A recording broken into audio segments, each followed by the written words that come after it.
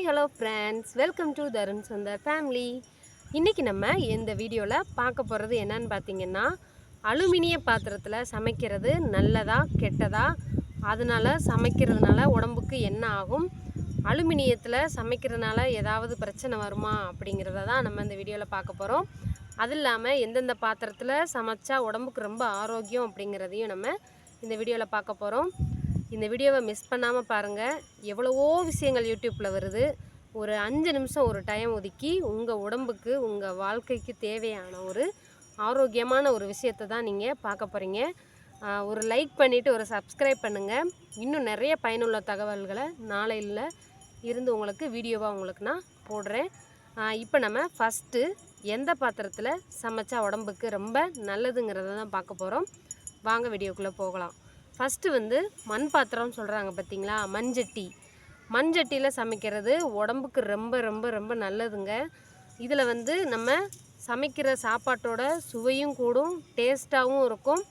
இன்னொன்று, மண்ணில் இருக்கக்கூடிய சத்துக்கள் எல்லாமே நமக்கு கிடைக்கும். இன்னொன்று, வாசனையாகவும் இருக்கும், நோய் நொடி வராது.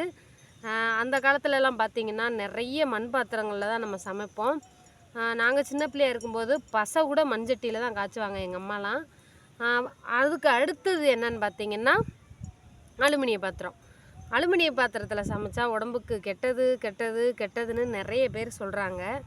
எனக்கு தெரிஞ்சு நாங்கள் சின்ன பிள்ளைகளாக இருக்கும்போதும் சரி, எனக்கு கொஞ்சம் பின்னாடி காலத்தில் போய் பார்த்தாலுமே சரி, நிறைய பேர் வீட்டில் ஈஸியாக வாங்கக்கூடிய ஒரே ஒரு பாத்திரம் என்னன்னு பார்த்திங்கன்னா அலுமினிய பாத்திரம் தான். மண் பாத்திரத்துக்கு அடுத்து அலுமினிய பாத்திரம் தான். சரி, இப்போ நம்ம ரெண்டாவதாக இதில் சமைச்சா உடம்புக்கு ரொம்ப நல்லதுன்னு பார்க்கலாம். ரெண்டாவது ஸ்டெயின்லெஸ் ஸ்டீல் அப்படின்னு சொல்லுவாங்கள்ல, லேசான இரும்பு வார்ப்பு பாத்திரம், அதுலேயும் சமைக்கலாம். அதில் சமைச்சாலும் உடம்புக்கு ரொம்ப நல்லது தான். உடம்புல போனால் இப்போ ஒரு 2-3 நாளைக்கு முன்னாடி ஒரு வீடியோ போட்டிருந்தேன். வடக்கன்ஸ் அதாவது நார்த் இந்தியன் ரோட்டில் பாத்திரம் போட்டு விற்கிறாங்க. அந்த பாத்திரம் அலுமினிய பாத்திரம்னு சொல்லி இரும்பு பாத்திரத்துக்கு அலுமினியத்தில் அந்த ஈயம் பூசி அவங்க அலுமினிய பாத்திரம் மாதிரி ரோட்டில் போட்டு விற்று மக்களை ஏமாற்றினாங்க. உங்களுக்கு ப்ரூஃபோடு நான் அதை ஒரு வீடியோவாக காமிச்சிருந்தேன். எங்கள் வீட்டுக்கார் பாத்திர வியாபாரம் தான் பார்க்குறாரு. அலுமினிய பாத்திரம், சில்வர் பாத்திரம், பிளாஸ்டிக் எல்லாமே விற்பாங்க. அதை விற்க போகையில் ஒரு அம்மா அலுமினியத்தில் பழசுன்னு சொல்லி கொடுக்குறாங்க. அதை காந்தம் வச்சு பார்த்தா அது இரும்பாக ஒட்டுது. நம்ம அதை அலுமினியத்தில் எடுக்க முடியாது. ஏன்னா அலுமினிய விலை கூட. பழசில் வாங்கும்போது புதுசாக வாங்குகிற அதே விலைக்கு ஈடு கொடுத்து அந்த பழசில் எடுத்துக்கிடுவாங்க. மற்ற எந்த பாத்திரத்துலையும் இல்லாத ஒரு விலை அதாவது பித்தளைக்கு அடுத்து அலுமினிய பாத்திரம் பழசில் நிறைய விலை கொடுத்து வாங்குவாங்க. இப்போது இரும்புங்கும்போது கிலோ 10 ரூபா 15 ரூபாய்க்கு தான் போகும் பழைய இரும்பு. இதுவே பழைய அலுமினியன் பார்த்தா 160 ரூபா 170 ரூபா அந்த மாதிரி போகும். அப்போ அவங்க எடை வச்சு பார்க்கும்போது அது இரும்பாக இருக்கும்போது, இது இரும்புமா அலுமினியம்லாம் சொல்லும்போது, இல்லை அலுமினிய பாத்திரம்னு சொல்லி வடநாட்டுக்காரங்க ரோட்டில் வச்சு விற்றாங்க, நான் வாங்கிட்டு வந்தேன், நல்லா வெயிட்டாக இருக்குதுன்னு சொல்லி அப்படின்னு சொன்னாங்க. ப்ரூஃபோடு அந்த வீடியோ நான் போட்டிருக்கேன். பார்க்காதவங்க மேலே டிஸ்கிரிப்ஷனில் லிங்க் கொடுக்குறேன், மேலேயும் கார்டில் லிங்க் கொடுக்குறேன், போய் பாருங்கள். மறக்காமல் அந்த வீடியோவை பாருங்கள். அடுத்து பார்த்திங்கன்னா செராமிக்ஸ் சொல்லுவாங்க பார்த்திங்களா, இந்த செராமிக்ஸ் 3வது ரேங்கில் இருக்குது. இப்போ ரெண்டாவது இடத்துல ஸ்டெயின்லெஸ் ஸ்டீல், அதாவது லேசான இரும்பு இருக்கும்ல, அந்த இதில் சமைச்சாலும் உடம்புக்கு ரொம்ப நல்லதுன்னு சொல்கிறாங்க. நம்ம உடம்புக்கு தேவையான இரும்பு சத்துக்கள் அதுலேருந்து கிடைக்கும்ன்ட்டு நான் போட்ட அந்த ஒரு வீடியோக்கு கீழே ஒரு சகோதரி சொன்னாங்க. அதை வச்சு நான் உங்களுக்கு சொல்கிறேன், இரும்பு சத்து கிடைக்குமா, இது நான் கேள்விப்பட்டதுலேருந்தும் நான் உங்களுக்காக சொல்கிறேன். 3வது இடத்துல செராமிக்ஸ் பாத்திரம். இந்த செராமிக்ஸ் பாத்திரம்னா என்ன அப்படின்ட்டு நமக்கு தெரியுமா? தெரியாது, நிறைய பேருக்கு தெரியாது. தெரியாதவங்க தெரிஞ்சுக்கோங்க. தெரிஞ்சவங்க யாராக இருந்தால் உங்களுக்கு தெரிஞ்சதை நீங்கள் இதில் தான் சமைக்கிறீங்கன்னா கமெண்டில் சொல்லுங்கள். இந்த செராமிக் பாத்திரம் என்ன அப்படின்னு பார்த்தீங்கன்னா, நிறைய பேர் வீட்டில் உப்பு ஜாடி, ஊறுகாய் ஜாடி இருக்கும். ஒரு கண்ணாடி பாத்திரம் மாதிரி, கண்ணாடி கிடையாது, கிளாஸ் பாத்திரம் மாதிரி இருக்கும் பாருங்கள், அதுதான் செராமிக்ஸ். நிறைய ரோட்லலாம் வச்சு இப்போ ஜாடியாக விற்கிறாங்க பாருங்கள், அழகழகாக இருக்கும். இப்படி மூடி விற்கிற மாதிரி, மேலே ஒரு சின்ன கொண்டை மாதிரி இருக்கும். அந்த மாதிரி செராமிக்ஸ் பாத்திரம்லாம் நிறைய விற்கிறாங்க இப்போது. அதில் சமைச்சாலும் உடம்புக்கு ரொம்ப நல்லதுன்னு சொல்கிறாங்க. இதில் இன்னொன்று ஒரு விஷயம் இருக்குது. இன்னொன்று பார்த்திங்கன்னா, செராமிக்ஸ் பாத்திரம்லாம் ரொம்ப வெயிட்டாக இருக்கும், சமைக்கிறதுக்கு கஷ்டம். இன்னொன்று பார்த்திங்கன்னா, செராமிக்ஸ் பாத்திரம்லாம் ரொம்ப விலை கூட. நம்மளை மாதிரி ஒரு நடுத்தர மக்கள் அதை வாங்கி சமைக்க முடியுமானா முடியாது. அதனால் செராமிக்ஸ் பாத்திரம் ரொம்ப வசதியாக இருக்கிறவங்க வாங்கலாம்னு இருக்கலாம். ஆனால் செராமிக்ஸ் பாத்திரம் நல்லதுன்னு சொல்கிறாங்க. இதுக்கு வந்து 3வது ரேங்க் கொடுக்குறாங்க. செராமிக்ஸ் பாத்திரம் நீங்கள் பார்த்துருந்தாலும் உங்கள் வீட்டில் உப்பு ஜாடி ஊறுகாய் ஜாடிலாம் இருக்கும்ல, அதுதான் செராமிக்ஸ் பாத்திரம். ஆனால் விலை கூட ரொம்ப கடினமானதாக இருக்கும் சமைக்கிறதுக்கு. இது உங்கள் வீட்டில் இருந்தாலும் நீங்கள் எங்கேயாவது பார்த்துருந்தாலுமே அதோட பயன்கள் உங்களுக்கு தெரிஞ்சால் கமெண்ட்டில் சொல்லுங்கள். இப்போ வந்து 4வது வந்து பார்த்திங்கன்னா, அலுமினிய பாத்திரத்தில் சமைக்கக்கூடாதுன்னு சொல்கிறாங்கல்ல. இப்போ நம்ம எதெல்லாம் நல்லதுன்னு நினச்சி யூஸ் பண்ணுறோமோ அதில் எதுலெல்லாம் அலுமினியம் இருக்குது உங்களுக்கே தெரியாமல் அப்படின்னு நான் வந்து உங்களுக்கு சொல்கிறேன். இந்த ரகசியம் யாருக்குமே தெரியாது. தெரிஞ்சிருந்தாலும் பரவாயில்ல சொல்லுங்கள். நான் ஒரு அறிவை எடுத்துக்கிறேன், மற்றவங்களுக்கு சொல்கிறேன். சரிங்களா? எனக்கு தெரிஞ்சதை நான் உங்கள்கிட்ட ஷேர் பண்ணுறேன். ஃபஸ்ட்டு பித்தளை பாத்திரத்தில் சமைச்சா நல்லதுன்னு நிறைய பேர் நினைக்கிறீங்கள. இப்போ நிறைய பழைய பொருட்கள் புதுசாக வரும்போது, இப்போ வந்து பார்த்திங்கன்னா பழைய அந்த 18 மாடல்ஸ் இப்போ புதுசாக வரும்போது நமக்கு வந்து ட்ரெண்டிங்காக தெரியும்.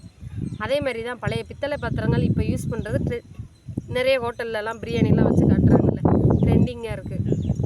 பித்தளை பாத்திரத்தில் சமைச்சா அதில் ரொம்ப நல்லதுன்னு நினைக்கிறீங்க. பித்தளை பாத்திரத்துக்குள்ளே ஈயம் பூசுவாங்க, யாருக்காவது தெரியுமா?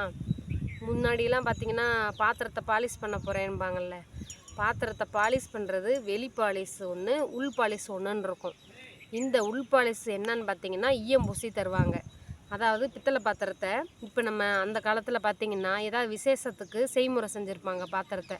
இப்போ அதே பாத்திரத்தை ஒரு சடங்குக்கு வந்திருக்கு ஒரு பொண்ணுக்கு அப்படின்னா, அதை கல்யாணத்துக்கு அவங்களுக்கு நம்ம புதுப்பிச்சு கொடுக்கணும். அப்போ புதுப்பிக்கிறதுக்கு என்ன செய்வாங்கன்னா உள்ளே ஈயம் பூசுவாங்க. அந்த ஈயம் என்னன்னு பார்த்திங்கன்னா அலுமினியம் தான். அந்த பாத்திரத்துக்குள்ளே பித்தளை பாத்திரத்துக்குள்ளே பார்த்திங்கன்னா வெள்ளையாக இருக்கும். அது என்ன காரணம் பார்த்திங்கன்னா அது அலுமினியம் ஈயம் பூசுறது தான். இது யாருக்காவது தெரியுமா? இது ஒன்று. 2வது, நீங்கள் எல்லாருமே உங்கள் வீட்டில் யூஸ் பண்ணக்கூடிய நான்ஸ்டிக் பாத்திரம் இருக்குல்ல. இப்போ ஒரு நான்ஸ்டிக் பாத்திரம் எண்ணெய் ஊற்றுனா வழுக்காது, சமைச்சாலும் வழுக்காது. நான்ஸ்டிக் தோசைக்கல்லில் ஊற்றுனா எண்ணெயே ஊற்ற வேண்டாம், அப்படி எடுத்தால் அப்படியே ரோஸ்ட் மாதிரி வரும், இப்படியெல்லாம் சொல்கிறீங்கல்ல. இந்த நான்ஸ்டிக்கும் அலுமினியம் தான். நான்ஸ்டிக் தோசைக்கல் அலுமினியம் தான். நான்ஸ்டிக் பாத்திரம், நான்ஸ்டிக் குக்கர், இது எல்லாமே அலுமினியம் தான். இதை நான் எதை வச்சு சொல்கிறேன்னா, எங்களுக்கு பழசில் வருது பாருங்கள். இது வந்து இந்த நான்ஸ்டிக் நிறைய வரும். நான்ஸ்டிக் பணியாரக்கல், நான்ஸ்டிக் தோசைக்கல், நான்ஸ்டிக்கில் நிறைய பாத்திரம் இருக்குது. இது எல்லாமே அலுமினியத்தில் பழசில் வரும். அந்த கைப்பிடியை மட்டும் உடச்சிட்டு மறுபடியும் அதை ரீயூசபிளுக்கு அனுப்பி விட்ருவாங்க, அந்த மறுசுழற்சிக்கு அனுப்பி விட்ருவாங்க. இந்த நான்ஸ்டிக்கில் எல்லாமே மறுபடியும் உருக்கி தகடாக்கி மறுபடியும் தகடா வெட்டி மறுபடியும் பாத்திரத்துக்கு போகும். சரி, நான்ஸ்டிக்கில் வழுக்காமல் வருதில்ல, அதுக்கு என்ன காரணம்னா அதுக்கு மேலே ஒரு வந்து பாத்திரத்தில் மேலே வழுக்காமல் இருக்கிறதுக்காக ஒரு பவரான ஒரு வேதிப்பொருட்கள் வந்து கலந்து வச்சுருப்பாங்க. அதுக்கு கீழே தான் அலுமினியம் இருக்கும். அந்த வழுக்கிக்கிட்டு வர்றதுக்காக மேலே கொடுக்கக்கூடிய ஒரு கோட்டிங் ஒரு வேதிப்பொருள், அதை எடுத்துகிட்டா அலுமினியம் தான். அதில் வந்து நீங்கள் மரக்கரண்டி மட்டும் யூஸ் பண்ணிங்கன்னா நிறைய நாளைக்கு உங்களுக்கு அது பாதுகாப்பானதாக இருக்கும். நான்ஸ்டிக்கில் மரக்கரண்டி யூஸ் பண்ணிங்கன்னா உங்களுக்கு உடம்புக்கு நல்லது. இப்போ நம்ம வீட்டில் அலுமினிய பாத்திரம் இல்லாமல் இருக்குமா? எல்லார் வீட்லேயுமே அலுமினிய பாத்திரம் இருக்க தான் செய்யுது. அந்த காலத்துலேயும் சரி இந்த காலத்துலேயும் சரி அலுமினிய பாத்திரத்தினால சமைக்கிறதுனால எந்த பிரச்சனையுமே வராது. எல்லா பாத்திரத்துலேயுமே இருக்கக்கூடிய அந்த வேதிப்பொருட்கள் எல்லா பாத்திரத்துலேயுமே இருக்க தான் செய்யும். அதே மாதிரி அலுமினியமும் ஒரு இது தான். அந்த காலத்துலேருந்து இந்த காலத்து வரைக்கும் பாத்திரத்தினால யாருக்கும் நோய் வரக்கூடியது இல்லை. நம்ம விரும்பத்தகாத செயல்கள் செய்கிறதுனாலும் நமக்கு தேவையில்லாத பழக்கங்கள்னாலும் நிறைய பிரச்சனைகள் இருக்குது. அதெல்லாம் பற்றி பேசாமல் பாத்திரத்தில் இருக்கக்கூடிய ஒரு பொருளை பற்றி பேசுகிறோம்ல, நம்ம மக்கள் வந்து இப்படி தான் நம்ம பின்தங்கிக்கிட்டு போகிறோம். அதனால் பாத்திரத்தில் பிரச்சனை இல்லை, நம்ம பார்வையிலையும் நம்ம மனசுலையும் நம்ம சாப்பிடக்கூடிய பொருட்கள்லேயும் தான் இப்போ பிரச்சனையாக போயிடுச்சு. பிடிச்சிருந்தால் லைக் பண்ணுங்கள், ஷேர் பண்ணுங்கள், கமெண்ட் பண்ணுங்கள், மறக்காமல் சப்ஸ்கிரைப் பண்ணிக்கோங்க. பாய்.